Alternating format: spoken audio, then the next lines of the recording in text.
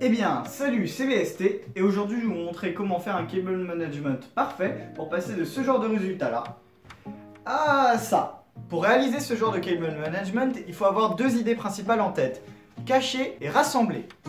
Pour ça, je vais vous montrer mes astuces pour avoir un bureau rangé et très propre. Maintenant, tu vas me demander, mais enfin, c'est quoi ces astuces? Alors déjà, pour un moment, tu vas te calmer, c'est moi qui décide de la vitesse. Alors déjà, dans la partie rassembler, on a plusieurs options. On peut utiliser des serre-câbles, comme des zip ties, comme on a là, comme on dit en anglais, parce que je suis bilingue, je m'en bats les couilles. Des trucs qui serrent les câbles comme ça. Après, le souci avec ces trucs-là, c'est que le seul moyen de les rouvrir, c'est de les casser. Donc niveau écologie, on a vu mieux. Après, l'avantage avec celui-là, c'est que c'est pas cher. On les trouve par paquet de 1000, tu peux les acheter à ton Action le plus proche ou à ton Leader Price, ça vaut 50 centimes.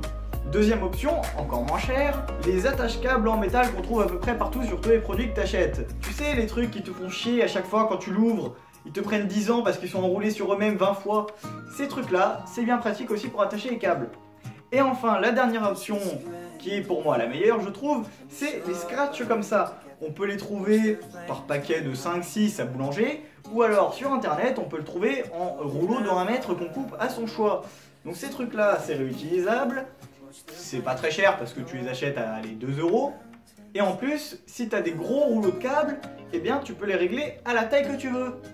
Premièrement, il faut rassembler tous ces câbles en un seul gros câble qu'on va du coup ensuite relier avec par exemple des zip ties comme j'ai utilisé ici, ou des scratchs comme il y a ici, ou alors encore ici, les petits système D que j'ai utilisé juste avant. Donc ça va faire un gros cordon comme ça.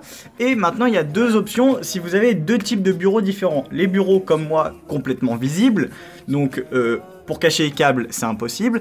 Et les autres types de bureaux où il y a une sorte de plaque qui va tout cacher.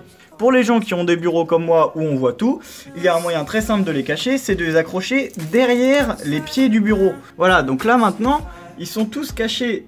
Et si on regarde depuis en haut, on ne verra presque rien. On peut donc voir que depuis ici, on ne voit absolument aucun câble. Donc il faut vraiment se baisser pour pouvoir les voir. Et même de près, eh ben, ça paraît tellement rangé qu'en réalité, ça pose aucun problème. Pour ce qui est de cacher les câbles, on en a déjà vu une partie en les cachant derrière le bureau ou les pieds de bureau. Pour ce qui est ensuite relié à la multiprise, parce que la plupart des gens utilisent une multiprise pour brancher leur PC, leur écran et tout le reste, on va tout simplement utiliser une boîte à chaussures qu'on va ensuite peindre, de préférence avec une bombe de peinture blanche, ou alors acheter sur internet une boîte faite exprès pour. Pour ce qui sort du PC, on va déjà commencer par trier chaque partie de câble, par exemple les écrans ensemble si on en a plusieurs, on va tout rassembler sur le gros cordon pour que ça fasse pas un gros gribouillis là-bas derrière. Sur le bureau, on va rassembler par exemple souris et clavier en cachant par exemple le câble de la souris juste derrière ou en dessous du clavier si celui-ci le permet.